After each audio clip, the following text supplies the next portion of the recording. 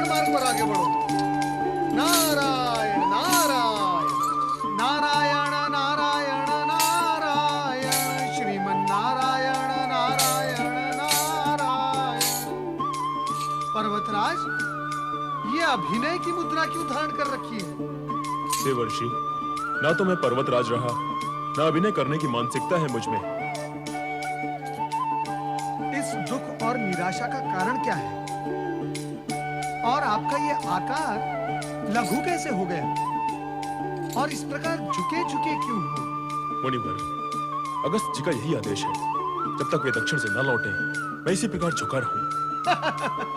अज्ञान की भी कोई सीमा होती है, किंतु तुम्हारा ज्ञान असीम है, असीम। विंध्याचल, तन के झुकने को झुकना नहीं कहा जाता, विनम्रता के साथ मन से झुकने को झुकना कहा जाता है। यदि तुम्हारा गर्व गल गया हो तो सीधे खड़े हो जाओ। किंतु मुनिवर का आदेश, वे क्रोधित हो जाएंगे। उनका आदेश और उद्देश्य दोनों पूर्ण हो चुके हैं, अब वो कभी लौट कर नहीं आएंगे। क्या वे लौट कर नहीं आएंगे? तो सदा के लिए मुझे इसी प्रकार झुका रहना होगा। नारायण नारायण, शब्द को नहीं विंध्यराज, अर्थ को पकड़ो, अर्थ को। मैंने तो आपके शब्दों को सत्य माना था। आपने कहा था भगवान शिव की आराधना करने से मैं सुमेरु से भी ऊंचा हो जाऊंगा। अवश्य कहा था राजन, मैंने अवश्य कहा था, किंतु उतनी ही ऊंचाई उचित होती है जो लोकहित और धर्म में बाधक न हो। मेरे पश्चात शिवजी ने भी तुम्हें अपना संतुलन बनाए रखने के लिए समझाया था, किंतु तुम नहीं माने, अपने हट पर अड़े रहे। ये हट और ऊंचा होने की महत्वाकांक्षा आप ही ने मेरे मन में जागृत की थी देवर्षि। नारायण नारायण, ये तो मेरा स्वभाव है। तीनों लोक में घूमकर मैं यही काम करता रहता हूँ। इस जगत में लोभ और आकर्षण के अनेक साधन हैं। स्वार्थवश, कुटिलतावश अथवा व्यवसायवश जगत के प्राणी लोभ और आकर्षण की रचना तो करते ही रहते हैं। तो क्या हमें भी अपनी अज्ञानतावश उनके वश में हो जाना चाहिए?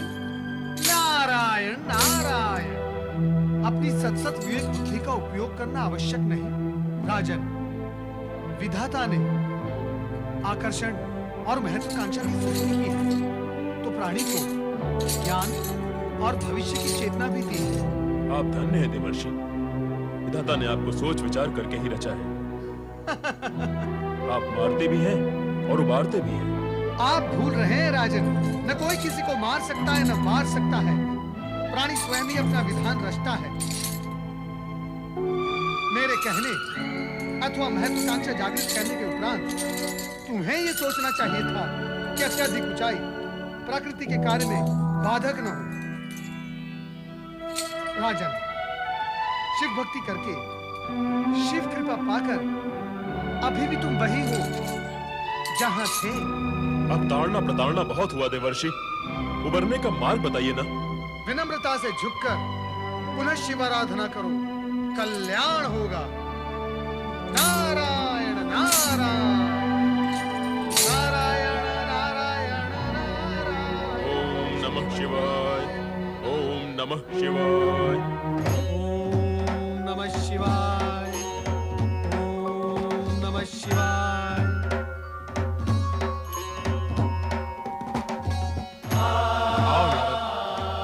कहाँ रचा कर आए हो अपनी लीला? लीला रचाने के लिए नारद का नाम तो व्यर्थ ही घसीटा जाता है भोलेश्वर। सत्य तो यह है कि लीला रचाते आप हैं, मैं तो उसका मात्र प्रचार करता हूँ। नारायण नारायण। किंतु विंध्याचल को पुनः तपस्या में लीन करने की लीला तो तुम्हारी थी ना नारद? इससे पूर्व उसे झुकाने का आयोजन भी तो आप ही का था भोलेश्वर। नारायण नारायण। वो आवश्यक था। उसका उद्धार करना भी तो आपके लिए आवश्यक था प्रभु। मैं तो केवल भूमिका बनाकर आया हूं। नारायण नारायण। सो तो करना ही होगा। नारायण नारायण नारायण नारायण। ओम नमः शिवाय, ओम नमः शिवाय, ओम नमः शिवाय, ओम नमः नमः शिवाय, ओम नमः शिवाय, ओम नमः शिवाय, ओम नमः शिवाय, ओम नमः शिवाय। आंखें खोलो विंध्याचल। नमः शिवाय। प्रभु, भगवान, अपने इस अज्ञानी भक्त को क्षमा करना प्रभु। मेरे प्रकट होने से क्षमादान तो हो गया, किंतु तुम सिर झुकाए क्यों खड़े हो? गुरु ज्ञानी कहते हैं मन का अहंकार मस्तक में समा जाता है, इसी कारण मस्तक तना रहता है, किंतु झुका हुआ मस्तक अहंकार रहित होता है। अज्ञानवश अथवा अहंकारवश मुझसे जो भूल हुई उसका प्रायश्चित करना चाहता हूँ भगवान। प्राणी यदि ये मान लेता है कि उससे कोई भूल हुई है तो यही उसका प्रायश्चित है। प्रायश्चित के पश्चात अब तुम वरदान के अधिकारी हो। कहो विंध्याचल, तुम्हारी क्या कामना है? आप तो सदा शिव हैं, सदा कल्याण करने वाले। मैं भी आपका भक्त लोक कल्याण की इच्छा रखता हूँ भगवान। इसीलिए तो मैं तुमसे प्रसन्न हूँ। मांगो, क्या मांगना है? यदि आप मुझसे प्रसन्न हैं तो मेरे आंचल में नर्मदा तट पर सदा सदा के लिए ज्योति स्वरूप में विराजमान हो जाइए, ताकि जिस प्रकार मेरे मन का ज्ञान रूपी अंधकार दूर हो सका है, उसी प्रकार आपके ज्योति स्वरूप और ज्योतिर्लिंग से जगत के प्राणियों के मन का अंधकार दूर हो सके। आपके विराट नाम के साथ आपके भक्त का लघु नाम भी जुड़ जाए, ये वरदान दे भगवान। तथास्तु। तुम्हारे आंचल में नर्मदा नदी के तट पर ज्योतिर्लिंग के रूप में मैं ओमकारेश्वर के नाम से स्थित रहूंगा। तुम्हारी भांति भक्ति करने वाले शिव भक्त राजा मांधाता के साथ साथ तुम्हारा नाम भी ओमकारेश्वर तथा अमलेश्वर ज्योतिर्लिंगों के साथ सदा सदा के लिए जुड़ा रहेगा। और इन ज्योतिर्लिंगों की आराधना करने वालों को मनोवांछित सिद्धि प्राप्त होगी। मंगल भव।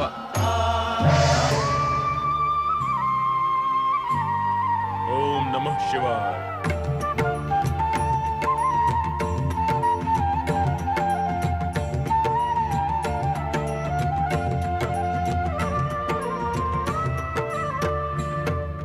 शिव के भक्त जनों ने पुकारा जब संकट पड़ने पर, शिव के भक्त जनों ने पुकारा जब संकट पड़ने पर, तब तब ज्योतिर्लिंग में पधारे अजर अमर शिव शंकर। अजर अमर शिव शंकर, अजर अमर शिव शंकर, अजर अमर शिव शंकर, अजर अमर शिव शंकर, अजर अमर शिव शंकर, अजर अमर शिव शंकर, अजर अमर शिव शंकर, अजर अमर शिव शंकर।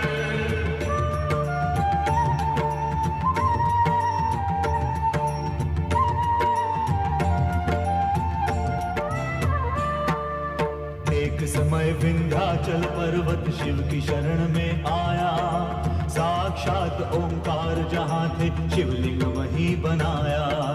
करने लगा वो शिव का पूजन तदनंतर दिन रहना। शिव शंकर जब प्रकट हुए तब खोले अपने नैना। एक ओंकार लिंग तभी दो भागों में विभक्त हुआ, शिव ज्योति परमेश्वर संज्ञा ओंकारेश्वर नाम पड़ा। ओंकार परमेश्वर ज्योतिर्लिंग के जो दर्शन पाता, मोक्ष है मिलता माँ के गर्भ में वो फिर से नहीं आता। ओंकार शिव की जय हो, ओंकार शिव की जय हो, ओंकार शिव की जय हो, ओंकार शिव की जय हो, ओंकार शिव की जय हो, ओंकार शिव की जय हो, ओंकार शिव की जय हो, ओंकार शिव की जय हो। अभी भी अपने दम और शक्ति में भ्रमित थे। सुंदरी, स्वर्ग सुंदरी। सुंदरियों, नृत्य आरंभ करो। नहीं, ये संभव नहीं है। उस कायर इंद्र के सामने नृत्य संभव है? देवराज इंद्र तो सबके अधिपति हैं, वे श्रेष्ठ हैं। उस दुष्ट का नाम ना लो हमारे सामने। उसका गुणगान हमें सहन नहीं। ये तो सारा जगत जानता है कि तामसिक और दुष्स्वभाव वाले किसी की प्रशंसा और गुणगान सुन नहीं सकते। नारायण नारायण। ए नारद, हमारे यहाँ जब भी आया करो नर नारायण का जाप छोड़ कर आया करो। तुम्हारे आने से पूर्व ये सुंदरी इंद्र के नाम का जप कर रही थी। हम किसी भी इंद्र का नाम सुनना नहीं चाहते। न राज इंद्र, न जीत इंद्र, न धर्म इंद्र। अब तुम कहो, कैसे आना हुआ? चलाया संदेश सुनाने। संदेश या उपदेश? संदेश। संदेश तो सदा ही शुभ होते हैं दैत्यराज। जीवन को उचित दिशा देकर सुखी बनाने के लिए होते हैं ये संदेश। सज्जन इनसे लाभ उठाते हैं और दुर्जन तो संदेश देने वाले को भी हानि पहुंचाते हैं। ए नारद, क्या क्या बोलते रहते हो तुम? हमारी बुद्धि में न समाने वाली बातें न बोला करो।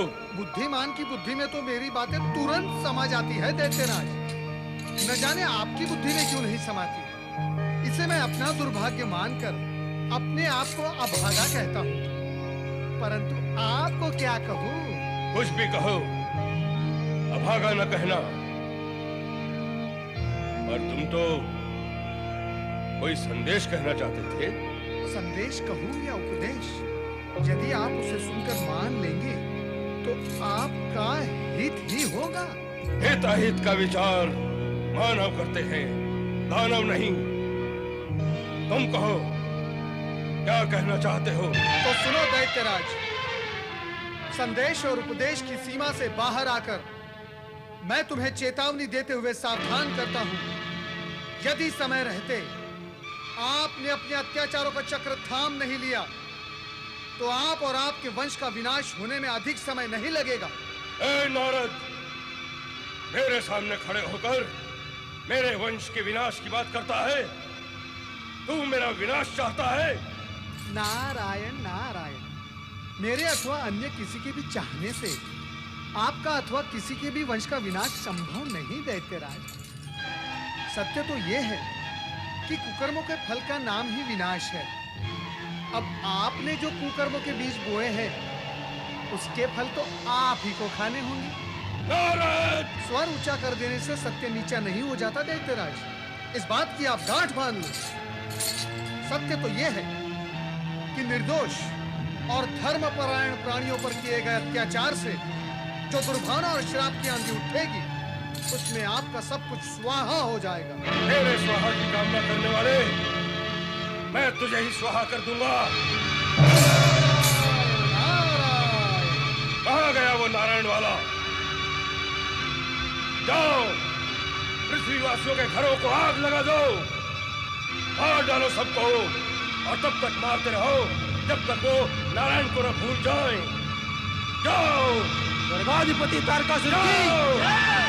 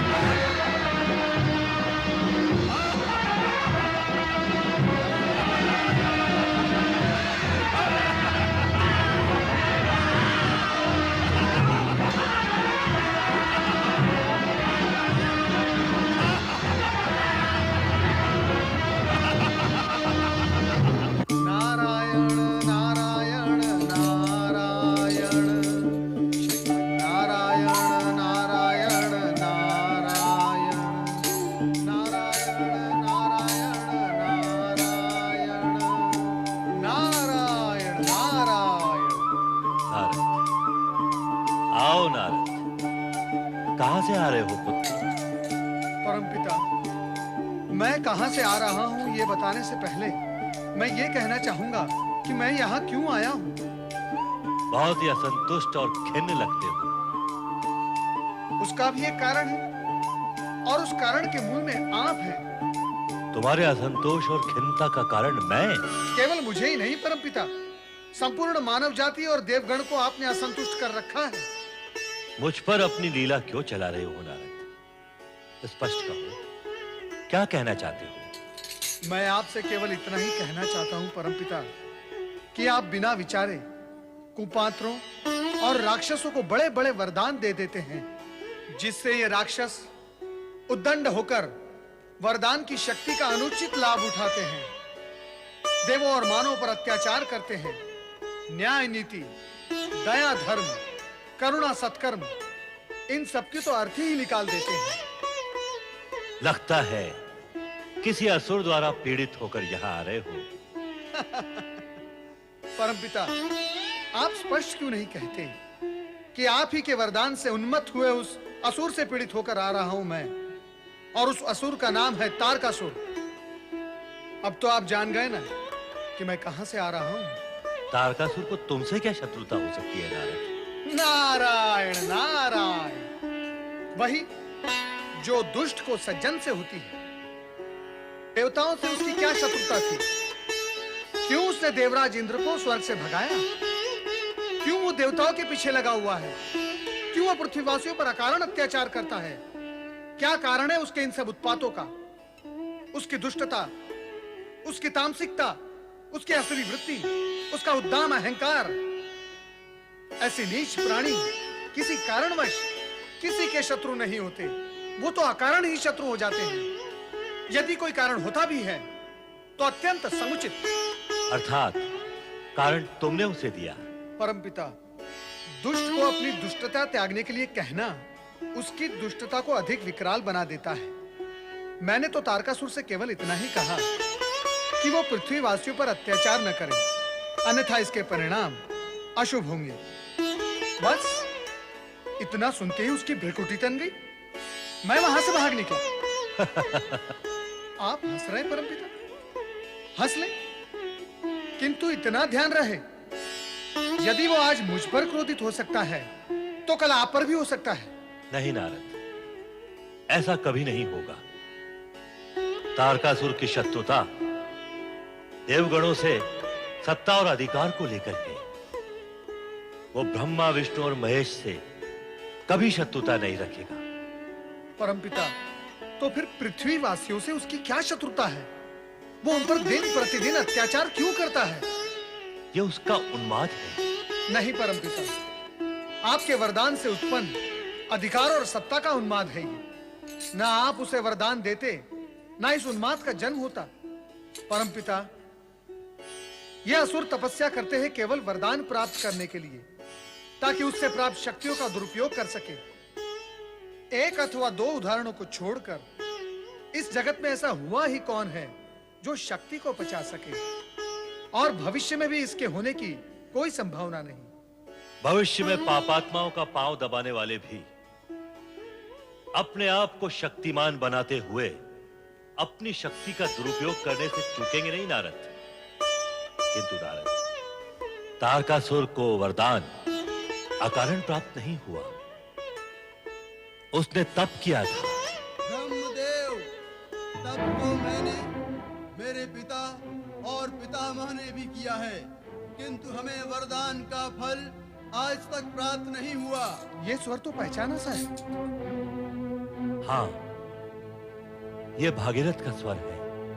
ब्रह्मदेव, मैं आपसे वरदान मांगने के लिए युगों से तपस्या कर रहा हूँ। मुझ पर कब प्रसन्न होंगे देव? दर्शन दो। परमपिता, भगीरथ आपको पुकार रहा है। अनेक बार पुकार चुका है, फिर भी आपने अभी तक उसकी पुकार का उत्तर नहीं दिया। असुरों की तपस्या एवं पुकार पर तो आप शीघ्र प्रसन्न हो जाते हैं, फिर भगीरथ जैसे तपस्वी को आप क्यों तड़पा रहे हैं? राजा भगीरथ के पूर्वजों ने भी तपस्या करते करते अपने प्राणों को त्याग दिया, किंतु उनकी तपस्या का भी आपने फल नहीं दिया। ये पक्षपात क्यों परमपिता?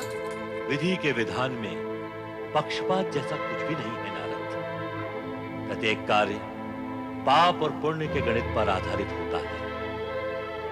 तारकासुर के पूर्वजों का कर्म पृष्ठ अलिखित और पाप से शून्य था, जबकि भागीरथ के पूर्वजों का कर्म लेख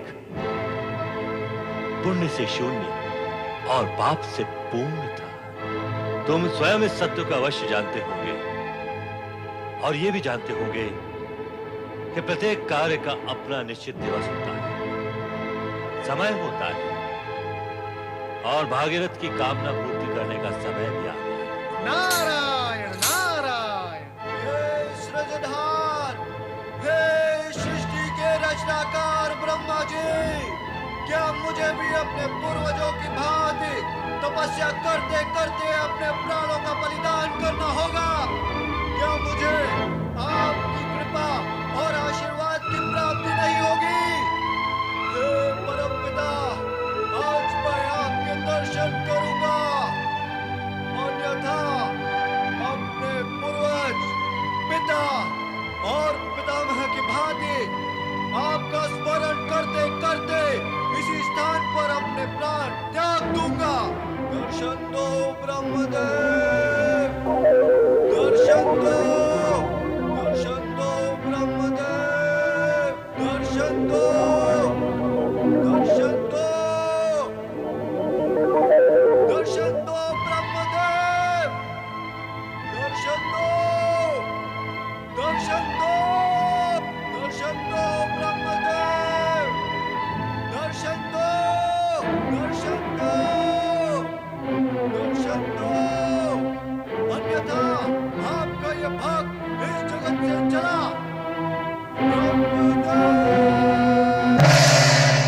भागीरथ,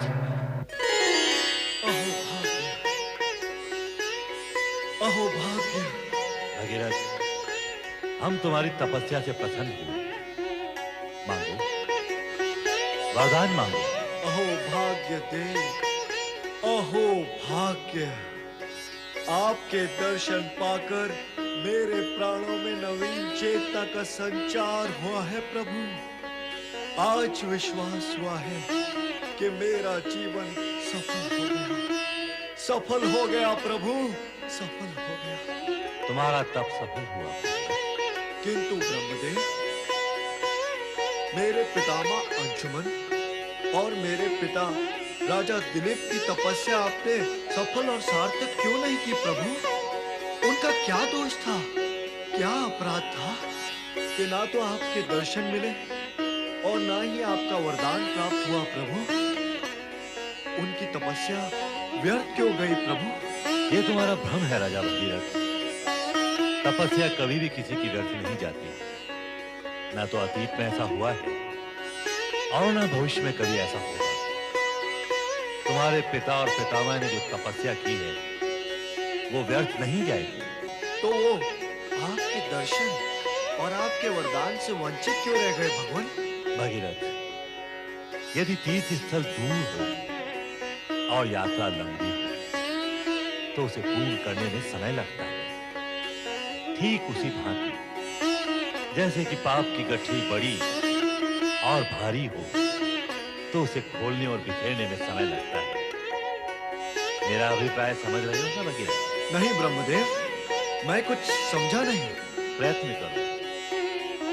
ज्ञान और समझ से प्राणी सत्य के समीप पहुंचता है, और सत्य यह है कि पूर्वजों के सत्कर्मों का पुण्य और दुष्कर्मों का पाप उनकी संतान को प्राप्त होता है। तुम्हारे पिता और उनके पितामह के पूर्वजों ने जो दुष्कर्म किए उसका दुष्परिणाम तुम्हारे पिता और पितामह को भुगतना पड़ा और उनकी तपस्या सफल नहीं हुई। कारण कि उनकी तपस्या से प्राप्त पुण्य पूर्वजों के दुष्कर्मों का प्रभाव मिटाने में ही व्यय हो गया। किंतु भगीरथ, तुम्हारे पिता राजा दिलीप तथा पितामह राजा अंशुमान के पवित्र अंश का कुछ अंश तुम्हें प्राप्त हुआ है। इस हेतु उनकी तपस्या का सुफल अब तुम्हें प्राप्त होगा। ब्रह्मदेव, क्या ऐसा भी होता है? पूर्वज और पिता के पुण्य और पाप का फल संतान को प्राप्त होता है? ऐसा ही होता है भगीरथ। यह प्रकृति का अटूट नियम है और तुम्हारे वंश में घटी घटनाएं इस अटूट नियम का प्रत्यक्ष प्रमाण है। जो व्यक्ति इस अटूट नियम से परिचित होता है वो कभी दुष्कर्म नहीं करता, कारण कि उसे ज्ञात होता है कि उसके दुष्कर्म उसके संतान के प्राणों पर भारी होंगे।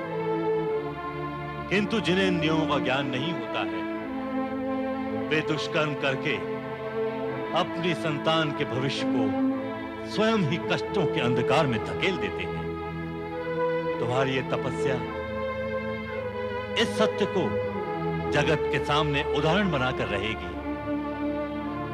और तुम्हारी तपस्या का पुण्य युग युगों तक तुम्हारी संतान को प्राप्त होगा। तो ब्रह्मदेव, प्रकृति का यह अटूट नियम क्या युगों तक चलता रहता है? निश्चित रूप से चलता है भगीरथ, प्रलय तक तथा प्रलय के पश्चात, उसके पश्चात के प्रलय तक। किंतु भगीरथ, आने वाले कलयुग में प्राणी इस नियम पर विश्वास न करते हुए अपने कुकर्मों में लिप्त होकर अपनी संतान के भविष्य को कष्ट में डाल देंगे। संतान को जो असाध्य कष्ट होंगे वे उसका कारण ढूंढते रहेंगे, किंतु उसका निदान नहीं पा सकेंगे और इस परिणाम पर भी कभी नहीं पहुंच सकेंगे कि संतान को जो कष्ट मिले हैं उनका कारण उनके स्वयं के पाप कर्म हैं। जो प्राणी इस सत्य और नियम का ज्ञान और ध्यान रखते हुए सत्कर्म करेगा उसकी संतान भी सुख और समृद्धि से पूर्ण होगी। अब मुझे अपने पूर्वजों के उद्धार निमित्त क्या करना होगा भगवान? क्या करना होगा? गंगा के पृथ्वी पर अवतरित होने से तुम्हारे पूर्वजों का उद्धार अवश्य होगा, किंतु एक बाधा है। अब और कैसी बाधा शेष है परमपिता? अब तो बाधाओं की गति पर विराम लगाए भगवान। तुम्हारे कर्म के प्रतिफल अथवा मेरी ओर से कोई बाधा नहीं है। यह एक भिन्न प्रकार का गतिरोध है भगीरथ। कैसा गतिरोध? स्पष्ट करे ब्रह्मदेव। तुम अपने उन पूर्वजों का उद्धार करने के इच्छुक हो जो कपिल मुनि के श्राप से भस्म होकर राख का ढेर बन गए थे। तुमने, तुम्हारे पिता ने और तुम्हारे पितामह ने मेरा तप किया। तुम तीनों ने ही मेरा तप करके मुझे प्रसन्न करने की चेष्टा की, पर तुम्हारे पूर्वजों का उद्धार तो गंगा के पवित्र जल से होगा। तो क्या अब मुझे माँ गंगा की आराधना करनी होगी? उत्तम तो यही होगा। ये भी उत्तम ही है ब्रह्मदेव। आप जगत के सृजनहार हैं। माँ गंगा स्वर्ग में वास करती है। सभी देव देवियां आपसे संबद्ध और आप ही में समाविष्ट हैं। आपके सम्मुख नथ, ये मस्तक माँ गंगा की आराधना में भी नथ ही है। स्वीकार करे भगवान, मैं तो कोई अंतर या भेद नहीं समझ रहा परमपिता। भेद न होते हुए भी इतना स्पष्ट समझ लो भगीरथ कि गंगा श्री हरि विष्णु के चरणों में वास करती है। अतः इस विषय में श्री हरि विष्णु की आज्ञा आवश्यक है। उसके पश्चात मूल बाधा है गंगा के पृथ्वी पर अवतरण की। उसे इस पृथ्वी पर केवल भगवान शिव शंकर ही अपनी जटाओं में धारण कर सकते हैं। अतः तुम्हें सर्वप्रथम इस कार्य के लिए शिव शंकर को मनाना होगा। अवश्य मनाऊंगा ब्रह्मदेव।